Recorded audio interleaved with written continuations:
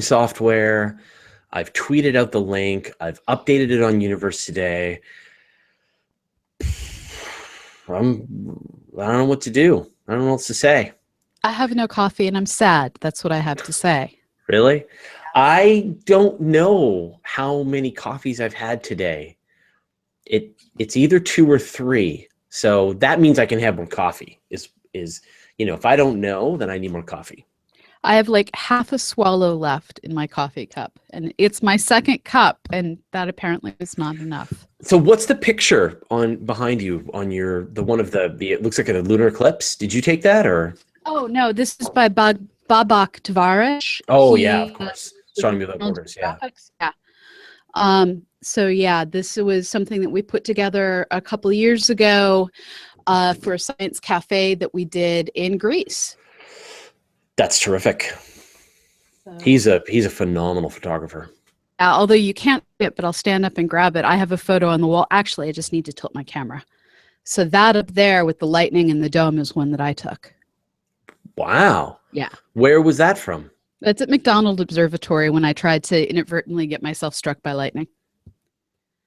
Like my undergrad and I were standing out on the catwalk, and it was really stormy, and she's like, isn't that thing right there that we're like standing 5 feet away from, isn't that the lightning rod? And we're both noticing that like all the hair on our arms is going up, and I'm like, yeah, why don't we go inside? And we got inside, and I set up my camera to look through the double doors, and like 5 minutes after we went inside, got that photo, and all the domes were getting hit by lightning, and we didn't observe. I wonder how far you need to be from a lightning rod to get zapped. Anyway. Well, I was taller than the lightning rod at that moment, so right.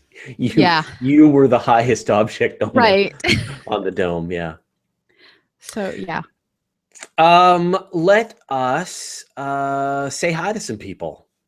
Hey, Elid Avron, Thomas Traniker, Hugo Burnham again, Tim English, Jim Meeker, Tony Lynch, Guido Bibra, Nancy Graziano. That's it. I know we've got a sort of a quiet group today because we're doing this on a non-standard day on a non-standard time. We couldn't be messing with you more than we are today. Yeah, so this is just an intimate concert for just some friends. Hey, everybody. So we're going to do, but still, we need to be professional. So we're going to do a live episode of Astronomy Cast. It's going to take us 30 minutes. You're going to have to run after that, though, right? You've got a telecon or something? You've got I have a graduate student who will invade at 2:30, and I need more coffee before I deal with a graduate student. So we'll stick around for a little bit and answer some questions.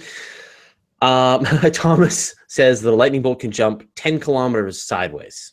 So there you go. That's true. Yeah. And Hugo Burnham says, I feel like an electron in a sodium atom. What's the joke there? They bond violently, which is why when you drop pure sodium into water, you get... Is it like ready to go? Is that what it is? Yes. He says excited and ready to go. All right.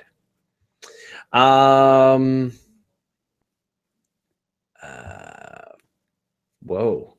Nancy recommends as a future topic Cecilia Payne Gaposchkin, British American astronomer, astrophysicist. Yeah, you concur? Yeah, except she doesn't have a spacecraft. Oh, well, we've tackled a bunch of female astronomers. Yeah, we've broken that rule. That rule is gone. Stop trying to live by that rule. I like that rule and did a series on women. And yes, Cecilia Payne Gaposchkin did amazing work. I actually got to meet her once. It was one of these really creepy moments in terms of baby student suddenly standing next to hero poster board and have no words at all. I lost all of my words. What's her sort of main claim to fame? She was one of the people that figured out how stellar atoms work. Okay. There you go. Just a small thing. Oh, and Thomas says also they can electrify the ground for a 250-meter radius. So you could have been off the dome and still got hit by that lightning bolt. So good thing. I went down. Safer inside. So your internet sucks here at school as well. Yes. So just keep that in mind. Don't move. Don't move. And yeah, and also if you have anything running like Drive or yeah, it's off. Okay. Except for Slack. I'll kill Slack. All right. Have you finally joined the Slack religion? I don't consider it a religion. I have started using Slack. Well, you will. You will. It's the one of us. I still like Hangouts better. I admit that. Madness. Okay, let's do this thing. I'm ready. Okay. You ready? Sort of. Let it begin. Oh, Okay. I'm gonna push record. Yeah.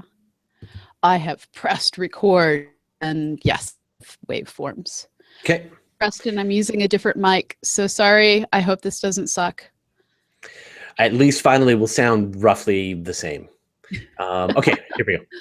Astronomy Cast, episode 393, the standard model, leptons and quarks. Welcome to Astronomy Cast, our weekly facts-based journey through the cosmos. We help you understand not only what we know, but how we know what we know. My name is Fraser Cain. I'm the publisher of Universe Today, and with me is Dr. Pamela Gay, a professor at Southern Illinois University, Edwardsville, and the director of CosmoQuest. Hey, Pamela, how you doing? I'm doing to you for Office on this week. So folks are noticing a slightly different audio quality. I'm so sorry. I'm using a professional mic, but this particular one is about a decade old. It was one of the first ones that we got. It actually is the first one that we got when we started recording. Whoa, vintage Astronomy Cast microphone. It's true. Well, that's special. Well, let's move on. So physicists are getting a handle on the structure of the universe, how everything is made of something else. Molecules are made of atoms are made of protons, neutrons and electrons, etc. But even smaller than that are the quarks and the leptons, which seem to be the basic building blocks of all matter. So this is part 2 of our journey through the standard model. Last week we sort of talked about some of the larger scale structures and some of the big forces that communicate, that mediate the objects together. But we're going to talk about sort of how small you can go. It turns out it's not turtles all the way down. I wanted to turtles all the way down. I like turtles. Yeah. But no, so let's sort of dig down. So we take protons, tear them apart. What's inside? So inside of a proton, you will find up and down quarks. In fact, all normal matter that we deal with is basically made of 4 different things. Up and down quarks combined in various ways, protons and neutrons, and then also electrons and neutrinos. That's all matter, all tied up with just those 4 particles. Whoa, okay, so hold on. Up, down, so we've got quarks and neutrinos. I mean, even more basic than that, right? And only one flavor of neutrino. The electron neutrino is the stable one that is we end up with when we have reactions that are involving electrons or positrons. Okay. I think we're going to need to be a little more general than this. So then what are quarks?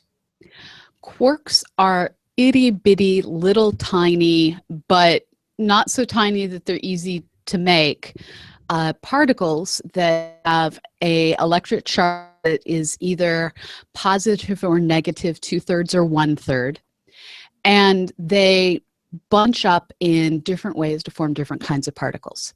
So if you combine 2 quarks, you get something that's called a meson. Mesons don't usually hang out to decay into being other things. If you combine them in groups of 3, you end up, if you have 2 downs and an up, you end up with a neutron. If you have 2 ups and a down, you end up with a proton. The neutrons are charge 0, protons are charge 1. And so that's our initial standard set of particles. And to get to things more complicated than that, you need to add some energy.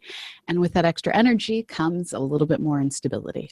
Okay, so now you say that it has a 1/3 charge, which is super weird. Yes. Because as we understand, like when I think about like some of my chemistry or physics or stuff, we would consider something will have a positive charge or a negative charge, or maybe you'll have a positive 2 charge so that it can it can find -2 charge and create some kind of molecule together. So what is a 1/3 charge mean? So when our good old friend Benjamin Franklin was playing with electricity back in the day, he first of all didn't understand the electrons and protons were, he didn't know what they were. And so in defining what's positive charge and what's negative charge, he just kind of made stuff up. And eventually when J.J. Thomson was doing his work to discover the electron, when he hit that single charged something, he gave it a charge of 1. And the electron with a charge of 1 electron charge, it sort of set the standard. And then, of course, protons conveniently have the exact same but opposite sense charge of the electron. So if electron is charge 1, proton is also charge 1, except you can break up a proton. And when you break up the proton, you're also breaking up its charge. So it turns out that that 1 that we thought was the minimum unit of charge is not the minimum unit of charge. It just comes from when we set numbers before we have the fullest picture. And so if we had originally set, say, the charge of a proton to be 3, that would have made a quark not sound so weird. Exactly. But at the end of the day, it just turns out that we're dealing with increments of 1/3 instead of increments of 1. And yeah, it sounds weird, but it's not that bad. It's just 1/3. But it's weird for something in, I don't know, in the natural world to have that 3, right? For it to be a multiple of 3 like that. But anyway, so in other words, if you take, so I can imagine, right, you can have a plus 1/3 quark, a negative 1/3 quark. And so if I add 2 together, if I get 2 positives and a negative, what is it, 2 ups and a down is what you said? So a neutron is 2 downs and an up, and a proton is 2 ups and a down. So you have 2/3 plus 2/3 minus 1/3 for the proton. And then you have minus 1/3 minus 1/3 plus 2/3 for the neutron. Makes 0. Okay, I understand. All right. So, but those aren't the only kinds of quarks that you can get, right? So it turns out that all of particle physics that we know of so far falls into 3 different, we call them generations. The first generation, which is what we've talked about so far, is the electron neutrino, and that up and down quark. But if you start looking at things that are a little bit more energetic, you start ending up with this particle called a muon that is intrinsically unstable. It wants to be something else. They're formed in cosmic rays in the top of our atmosphere. There's a muon neutrino associated with the muon particle. And it turns out that this muon is made up of charm and strange quarks. So now we have, the muon is associated, it's not made up with. Sorry, let me say that again, Preston. So along with that muon, we also have 2 associated quarks, the charm and the strange quark. And these crop up in various unstable particles, meson, I can't say this word today.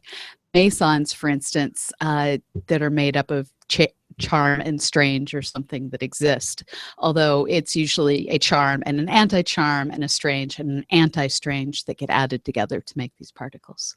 Now, when you say an anti-charm, anti-strange, is that like a antimatter, or is it just a different kind of quark? It's antimatter. So the thing that is hard for most people to follow is really the only difference between a particle and an antiparticle is the antiparticle has a negative charge. So an electron and a positron are absolutely identical, except in what charge they carry. Well, it also has a tiny goatee. Well, yes. Right. So we've talked about, we've got the up and we've got the down, we've got the charm and the strange. Yes.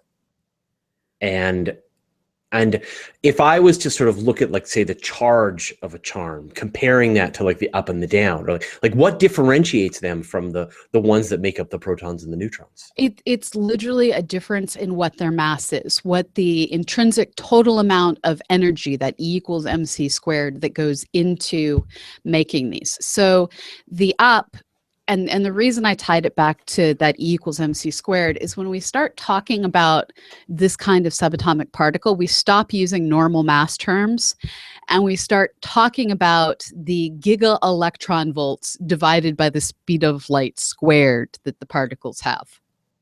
It's just a more real unit, and creating most of these things in high energy collisions, it just makes more sense to talk in terms of their energy. Okay, so we've talked about 4, but the point is that I couldn't just take a bunch of strange and charm quarks, mash them together, and make a proton out of them. Like, the math just isn't going to hold. You would have to wait for them to decay into something else that hopefully you could combine to create that proton.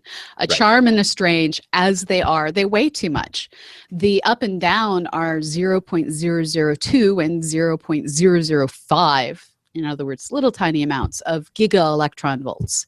The charm and the strange are 10,000 times more massive and 1,000 times more massive at 1.3 gigaelectron volts and 0.1 gigaelectron volts. Right. Okay. Wow. So we got 4. Are there any more? There are at least 2 more that we know of. There's a 3rd generation of particles that we've been able to measure, to experimentally find using a variety of different reactors. So first of all, there's that tau particle that is that symmetry with the electron, the muon. So now we have the tau particle, which of course doesn't have a name that fits anything, and it's associated with the tau neutrino. Then in partnership with that is the top and the bottom quark. And it was that top quark that was the last quark to be discovered. It was discovered back in 1995 outside of Chicago at the Tevatron accelerator at Fermilab. And that kind of brought to a close our quest so far for quarks. Now, there are people out there saying, maybe there's a 4th generation, but so far we have absolutely no experimental evidence that there's a 4th generation of particles. But the thought process would be like the up and down are just like the lowest mass, the place that the more massive quarks want to decay down into, as well as spewing off a bunch of other particles that we're about to talk about. And so theoretically, say someone was to dig up a big chunk of Europe and stick a big ring in there and start accelerating particles around, you could theoretically produce enough energy that maybe you could find a 4th generation.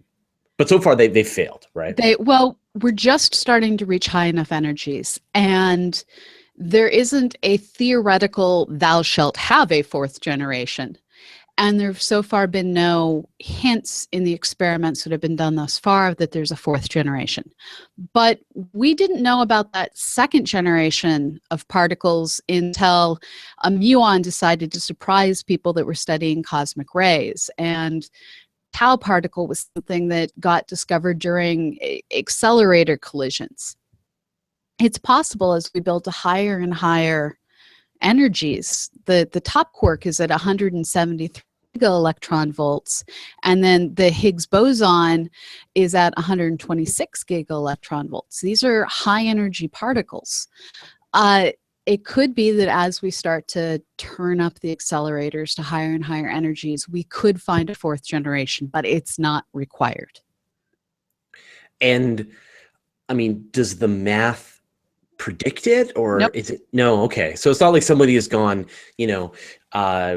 I can merge gravity in with quantum mechanics if I could just find a 4th class of quarks with a in the tera electron volt range or whatever.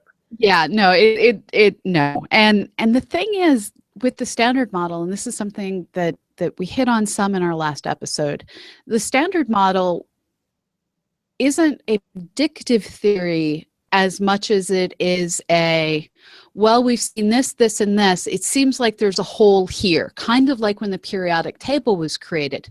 So it's predictive factor is more into in order to explain these things we've already seen, we need this thing, not a let's start at ground zero and build all the way up through the theory. Right.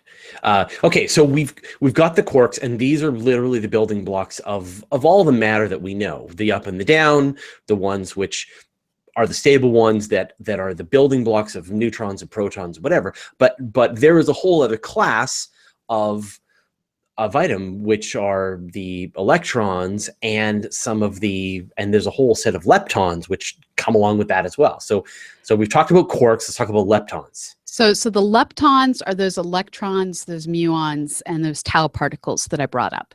So what we're looking at is together, all of these things are what are called fermions.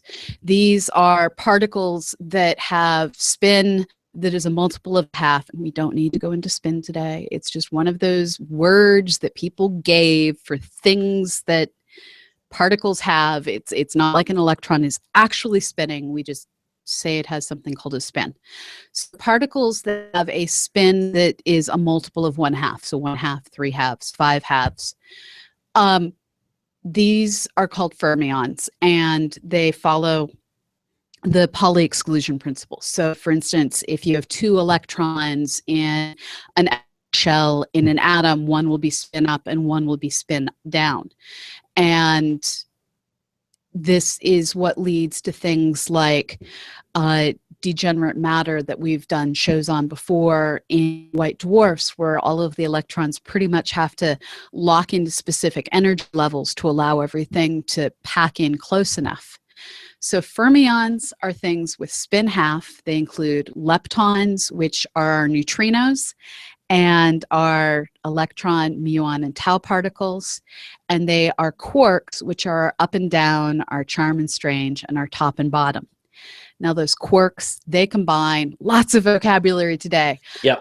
The quarks combine to form mesons, which are 2 quark combos, to form baryons, which are 3 quark combos, so our proton or neutron, for instance. And it's those mesons and baryons that are all of the heavier things that get built out of these basic particles. So what are some examples of leptons that, we'll be familiar with? Like the electron is a lepton, right? Yes. Yeah. And so really, the point is that you can't build, there is nothing more fundamental than the electron. It's not like there's some particles that make up an electron, right? Exactly. So an electron is a fundamental particle that can't be broken apart. You can turn it into pure energy, but you can't break it into smaller bits of matter. It is something with a diminutively small mass and an electric charge of -1. So the leptons, they all have charge. They actually all have charge of -1 or 0. The neutrinos are charged 0, and spin 1/2. And they don't weigh a lot. Right. And so, if there was like a periodic table, we go up the Quark periodic table and they decay into, is that a sort of a useful way to kind of think about it? So go ahead, sorry. The way that we tend to diagram this out is you have a row that is your first generation, where you do all of your leptons down the left. I don't know why we do this. This is just how we tend to do it. So in that top left-hand corner that is your first generation of particles, and it's your leptons, you throw the electron and the electron neutrino in that box. And then next to that, you have your column of quarks. And the quarks in that first generation are your up and your down quarks. Then we do the same thing on the next row down for our second generation of particles. So the muon neutrino and the muon particle go into that second row, first column, and the charm and the strange go into that second column, second row. So this is how we fill it out. It's like each generation has 2 quarks. Each generation has a neutrino and a lepton that isn't a neutrino, so that electron, that muon, that tau particle. And so this is just how we piece our way of looking at fundamental physics together. And that first row is the stuff that we're most familiar with, you know, the in theory, the up, the down, the electron. Obviously, the electron we've known about for you know, more than 100 years. And then as we kind of move up that periodic table of particle physics, they're much short-lived and they only appear in various times, right? Like, you're not going to get, I mean, are you going to get anything made of muons? Will a muon decay into electrons? Does it, in the same way that the quarks work? So I have to admit, I don't know what a muon decays into. Look at this so fast. I did that in college once. Calculated? No, we actually measured muon decay. So one of the cool things about muons is you can set up a sensor in pretty much any undergraduate lab. Okay, so I got this. Sorry, Preston, you're going to have to edit because I don't know muons as well as needed at the moment. So a muon is generally formed in the upper atmosphere, the ones that we readily detect in undergraduate physics labs. A lot of museums have setups that allow visitors to see muons getting detected. Muons get formed in the upper atmosphere when high-energy cosmic ray particles interact with other particles in the upper atmosphere. Muon comes down through the atmosphere, It's moving at relativistic speeds, so even though it's a very short-lived particle, it makes it to the surface of the planet before it opts to decay. And when it decays, it will decay into an electron, an anti-electron neutrino, and a bit of light. And there's also a muon neutrino involved as well. So you have to have conservation of all the things. Right. But I mean, you just, I guess we can come back around to it, but you just sort of quickly glossed over the really cool idea, right? That as this particle makes it through, thanks to relativity, it survives longer from our perspective than it thinks it did. Exactly. It's mind-bending. This is one of my favorite things about muons, and I have to admit that the awesomeness of the fact that they shouldn't live long enough to make it to the surface of the Earth, except the grace of relativity, causes me to usually forget pretty much every other fact about muons, because that one fact is so awesome that my brain doesn't want to retain any more information. But you pretty much are having these high energy particles like formed in what? Supernovae, in really high energy collisions, and then they're making their way across the universe. And when they hit the atmosphere, it's like a natural particle accelerator, right? And that's what's getting these, you know, these high energy collisions. You're getting these high energy particles to appear when normally, you know, you're not gonna bump into muons in your day-to-day life. No, but it actually doesn't require things as exotic as supernova explosions to get cosmic rays, and this is both a good thing if you're trying to detect muons and a whole thing if you're trying to Mars. We actually get cosmic rays from different solar events. We get cosmic rays from occasional things like masars in, well, they can appear in planetary atmospheres. Jets, all sorts of different things can create high energy particles. Now, the different kinds of events create different kinds of high energy particles. But cosmic rays are kind of a way of life, and this is why we're safe down here at the surface of the planet. Those particles hit our upper atmosphere, they hit the magnetic field. We're safe, but if you're out there trying to get yourself to Mars, you're not so safe. But I guess I just feel like it's really kind of fascinating that nature has created this particle accelerator. It's true. And that the only place that we see these particles, you know, further up the periodic table of elementary particles, is when they're generated either through these catastrophic events or in our Earth, you know, our human created particle accelerators. Like you're just not going to run into them in any other situation. Yes, and I'd call those human-created catastrophic for at least the protons involved events. Yeah. So it's kind of cool. Yeah, and that there are events way beyond the energies that we can create in the lab. I mean, you know, when you think about what happens, the kinds of accelerations that happen in a supernova, we're a long way away from being able to crash the energies together like a supernova. So there could very well be a whole pile of particles being formed in these moments that then decay or whatever that we just don't have access to, which I find really interesting. And we're slowly to find out that there's entire combinations that we had previously thought maybe kind of could exist, weren't sure. So we know that quarks can group up in groups of 3. We know they can group up in groups of 2.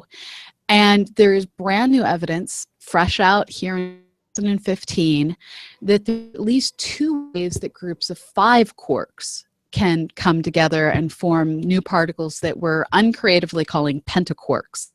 So there's apparently an entire new class that has what is one of the worst names in physics.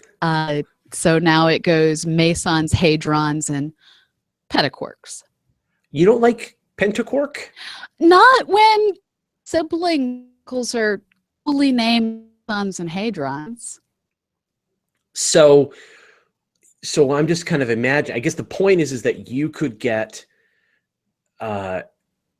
like a matter that is like an electron. Sorry, like a proton is made of up and down quarks. You could get some kind of exotic matter that's made up of a larger combination of ups and downs and charms and stranges and tops and bottoms. Is that the gist of this? Yes. So far they seem to combine by generation, but yeah.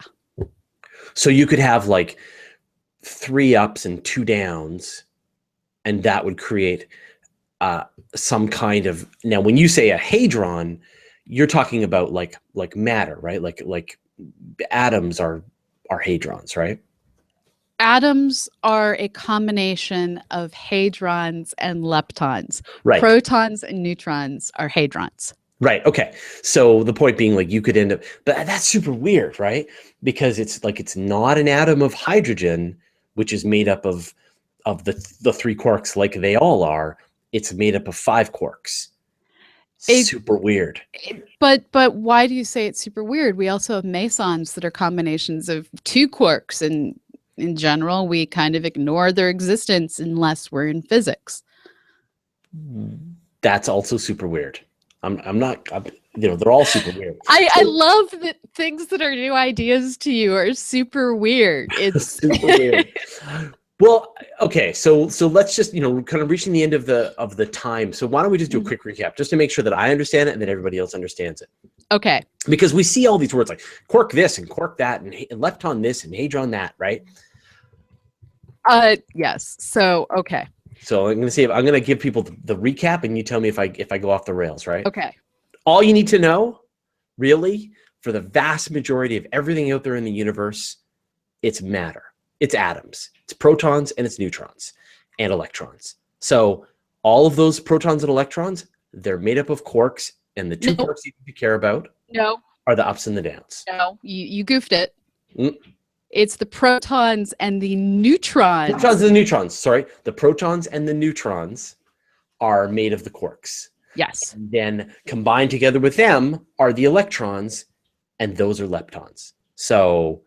And the electron neutrino. You can't forget the electron neutrino. Electron neutrino. And so everything is either made of quarks or leptons. Yes. Okay. And you don't have to worry about all the other ones, the charm, the strange, the muon, the tau, the top, the bottom, the muon neutrino, the tau neutrino, unless you are a particle physicist and you're actually crashing these things together or studying muon cascades through the atmosphere. Apart from that, don't worry about the rest of it. I think I'm okay with that. You're all right with that? Okay. I'm all right with that. Now, this is part 2 of our journey through the standard model. So what are we going to talk about next week? So next week, we're going to go into more detail on bosons and talk about hadrons and how the forces interact with all of these things. Because it's actually kind of cool because not all the forces choose to interact with all of the particles. Weird. Yeah. Not super strange. Just weird. You already knew this fact. No. My understanding of particle physics I literally have to relearn it every time when I write some article about particle physics, and I have to sort of almost like remind myself. I guess because we never spent enough time getting into the fundamental levels and to do the math in the level of physics I did at university. So you don't need to do that much in computer science. So I always sort of run across these, and then it always just sort of pops out of my head again. So fun random fact is I had a professor hand me a glass of champagne the day they announced the top quark. And as she's shoving it in my face, I'm like, I'm under 21 because I didn't want to get yelled at. And she's like, I don't care, drink it. So I was forced to drink underage when they found the top quark. It's totally worth it. And it would have been fine in Canada. So That's true. That's true. Yeah. All right. Well, thanks, Pamela. Thank you. All right. Stop the recording. Save the file. Yeah.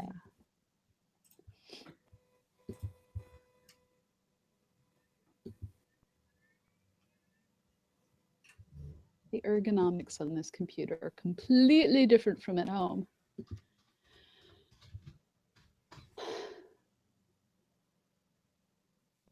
Export the file. It's 12:05 or some. I'm doing future okay. time. My grad student messaged me to say he's running late. So give me a time. I have at least 25 minutes, but I'd like to get coffee. Okay, well, let's go for maybe 10 more minutes and then wrap it up. Okay. And there probably won't be a ton of questions anyway. So Nancy Graziano says Slack is awesome. Yes, Slack is awesome. If you don't know what Slack is a internal communications tool for teams that literally kills email within your organization. So if you get a ton of emails from within, it's CC'd on this and BCC'd on that, and you see these huge long email chains, and you're not sure whether you're supposed to jump in and answer or deal with it, Slack just kills it all. So you still have to send emails in and out of your organization, but within all the teams that I work on, nobody sends anybody any emails. So I never email Nancy or Susie or any of those people. It's all just internal communications on Slack. So yeah, the email that doesn't kill is the one member of the team gets something and you need to forward it out. But ironically, what this leads to is, hey, everyone, I just forwarded you this file. Yeah, exactly. You can upload the file into the Slack channel if you want to. So, but if you're forwarding an email thread, that doesn't work. Right. Okay. Hugo Burnham asks, can quarks exist on their own, or do they always come in threes? They can exist temporarily on their own, but they're not stable or happy that way. Well, I'm like imposing emotions on them. So we've been able to, they generate out of these high energy collisions, and then it's through their decay processes that we're able to go, oh, there is a whole bunch of something at this number of gigaelectron volts. Therefore, there's a quark there. Right. And that's how they had discovered them, right? Was that they found the individual particles because they'd gotten broken out of something else, or had gotten formed purely out of frozen energy. So right. So I see David LPF asking on Twitter, are there particles made from 4 quarks? Also, a smart grad student would bring coffee to you. That's true. A smart grad student would, except I'm the one who has my coffee mug, so that would be more difficult. Whoa, it's a red Starbucks coffee mug. No. That's actually true. It is indeed a red Starbucks, very old red Starbucks mug. You were controversial before. Everyone was freaking. It was controversial before there was a controversy. Right. Tetra Quarks. That's a thing. Right? No, there actually aren't combinations of 4 quarks. Aren't there Tetra Quarks? Not that I know of. Oh, I'm seeing it on the internets. This is not something I've seen listed anywhere as actually having been detected.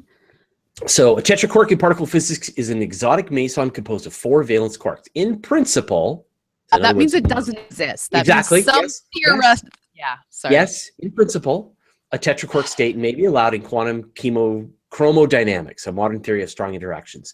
Any established tetraquark state would be an example of an exotic hadron, which lies outside the quark model classification. And there's no evidence of them.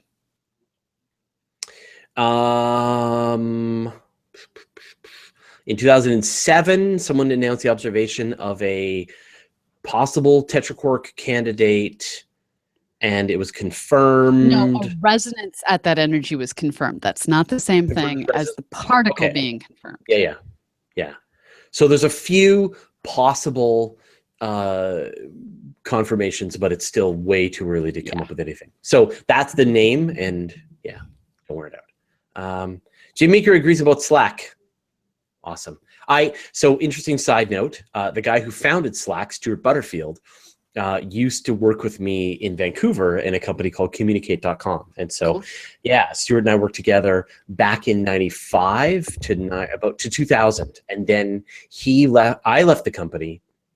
He left the company a few months after that and founded Flickr.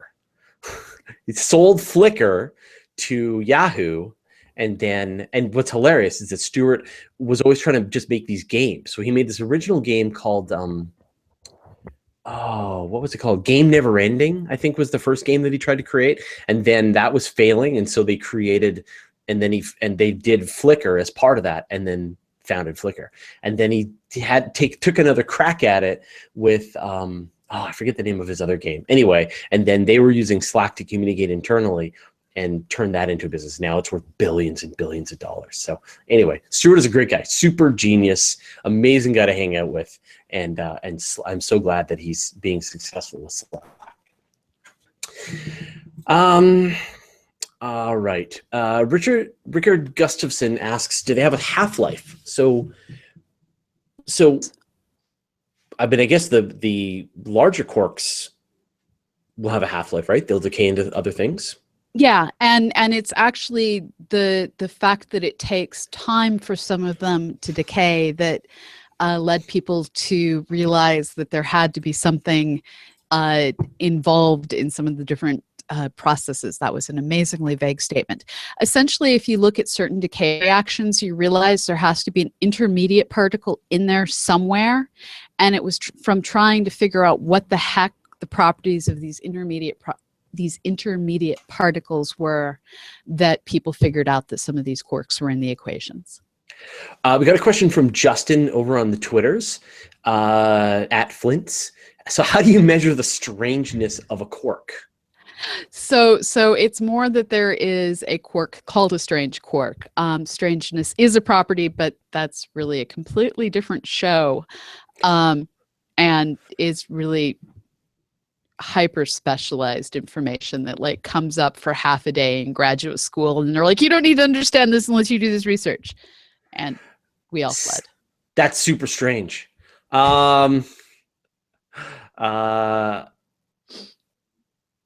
So Michael Thompson asks, forgive me for not knowing much on the topic, regarding particles that pop into and out of existence in empty space, are those a certain type of particle, or is it all particles? So the virtual particles, right? Yeah, so virtual particles that pop in and out of normal space are formed in particle-antiparticle pairs. There's way too many P's in this sentence. And they aren't limited to any one kind of particle, although there are theorists that try and claim they should appear in specific ratios of one another based on energies and such. But we don't understand this well enough to say what ratios they do and don't form in. And when I say we don't understand it well enough, it's because the people who've tried to figure out what the energies associated with it would be, and then compare those energies to the energy in dark energy, it's a difference of like 10 to the 40 magnitudes. So we are still working on figuring that one out. And those virtual particles might be an explanation for dark energy, right? Yes.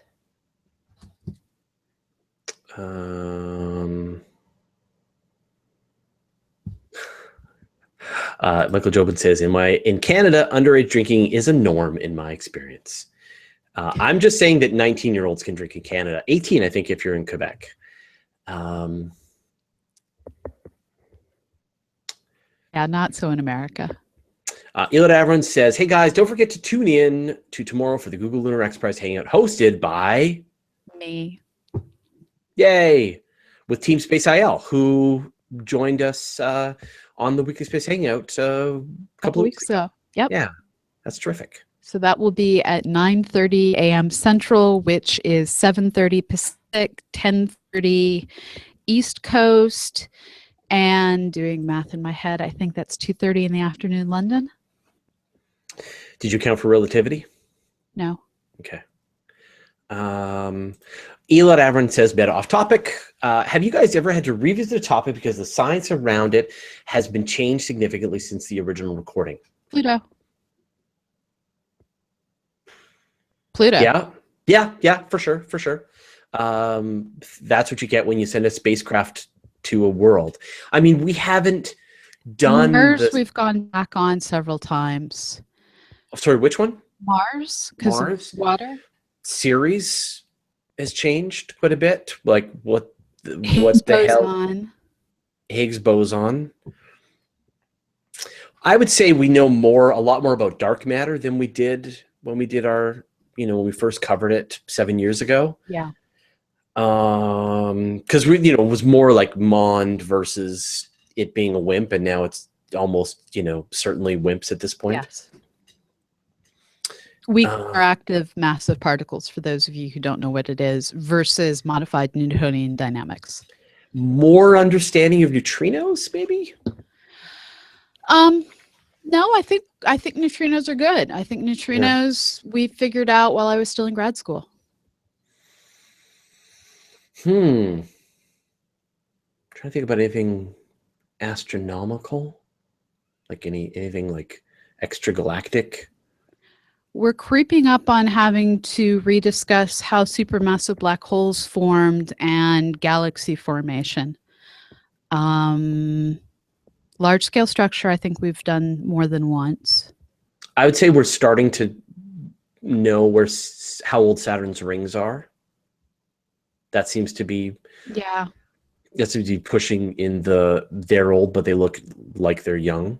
Yeah.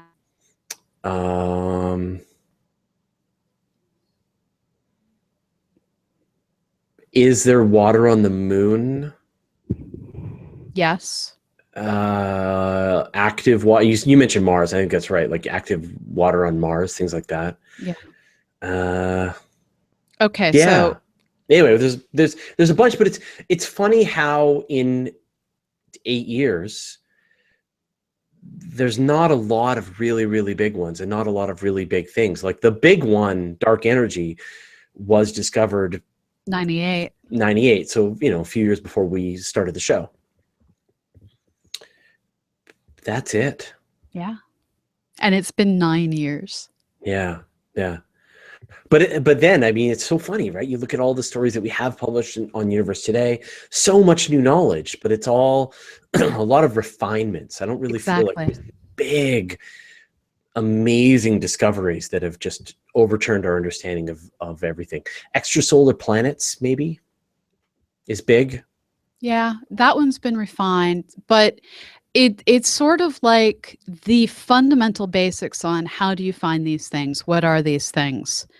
We've done, and we're currently either in the refining known physics or leaf collecting until we can build a good theory. And like extrasolar planets are still in the leaf collecting stage. How galaxies form is still in the leaf collecting stage. But other things like particle physics is in the refinement stage. I would expect the one that I think is going to get figured out very soon will be a direct detection of a gravitational wave. That would be pretty big. If we got one of those. I have to laugh because, what year did I take quantum mechanics? So it would have been in 1995. I remember one of my classmates talking about how she'd done a summer internship at LIGO and how by 98 we would have detected gravitational waves. So yeah, we're always a few years away from commercial spaceflight and finding gravity waves. And we almost had it with the primordial gravitational waves in the cosmic microwave background radiation with the BICEP 2 results, but now that's mostly been overturned. So no luck in sort of evidence and proof of inflation. Exactly. So that's out. So it's funny. So you almost think like, oh, we got one, right? Now we know, that inflation is true. And then you're like, oh, no, we don't. Oh, well. So that would have been a big one. So I think the one, I'm guessing the one that we will find, there's two, right? Direct detection of gravitational waves with advanced LIGO. Yeah, I don't think it's going to work. No? You think it's going to take some kind of space-based one? I do. Now, that's Okay. a personal opinion. We're in the land of opinion here. I was not on that review committee, so. Yeah. Then I think the other one's going to be Earth 2.0, although it's because that's inevitable, right? We're going to find Earth 2, which we're not there yet, and no, the one that we just turned up is not Earth 2 because it was what was it? It was a super Earth. Yeah. So we want an Earth-sized planet orbiting a sun-like star within the habitable zone. And we're not quite there yet. Not quite there yet. So we're still waiting on that one. But I think that's going to be the one, and it's going to be inevitable. The other one, is the one that'll come out of left field is some kind of detection of any evidence of life orbiting in any other location, be it Mars, be it Enceladus, be it Europa, or be it some other world, thanks to the James Webb. And right. Same thing. You get James Webb going. It analyzes the atmosphere of some distant world. It could provide pretty tantalizing evidence that there's life there. It's true. So that's what we have to look forward to. Part of my gut is like, if life is common, we're probably going to find an oxygenated atmosphere of a planet that has to have at least plants or algae or something that's producing free oxygen before we find gravitational waves. That's just my gut. Now, guts don't do science accurately, but that's my gut instinct. I mean, I would, gravitational waves is, an intriguing confirmation of Einstein's theory, potentially a whole new field of observational physics, right? Because you could use gravitational waves to study black holes and things like that. If you made Lisa times a million, right? But boy, discovering life on another world, that would just be, physical, cool would be is the understatement of the century, right? It is this sort of extreme concept, because you can just imagine, right? Like there would be whole new telescopes built just to study that one planet. And that I think if we found intelligent life would be the case. But if we just discover that there is bacteria on Mars or worms on Europa or in Europa, I think that would be super cool and would generate a bazillion PhDs. But I don't think it would cause any great philosophical change, and it might not even increase the budget for NASA. If we discover clear signs of life, which unfortunately I suspect would have to be radio signals, because that appears to be the only thing that people count, that I think would lead to the kinds of societal upheavals I'm not entirely sure I want to be around for, but I think we're good as long as we're finding bacteria. And again, I've had this conversation a bunch of times. I think everyone would just get bored. Like, yeah, what are you going to do? Oh, well, I'm going to have some more pizza. There's aliens on that planet. Meh. What's Kim Kardashian up to? So, you know what? I should let you go. You've got 8 minutes to get yourself some coffee. Thanks everybody for watching. Thanks, Pamela, as always, for digging into the particles. I look forward to next week, and we'll see you all later. See you later.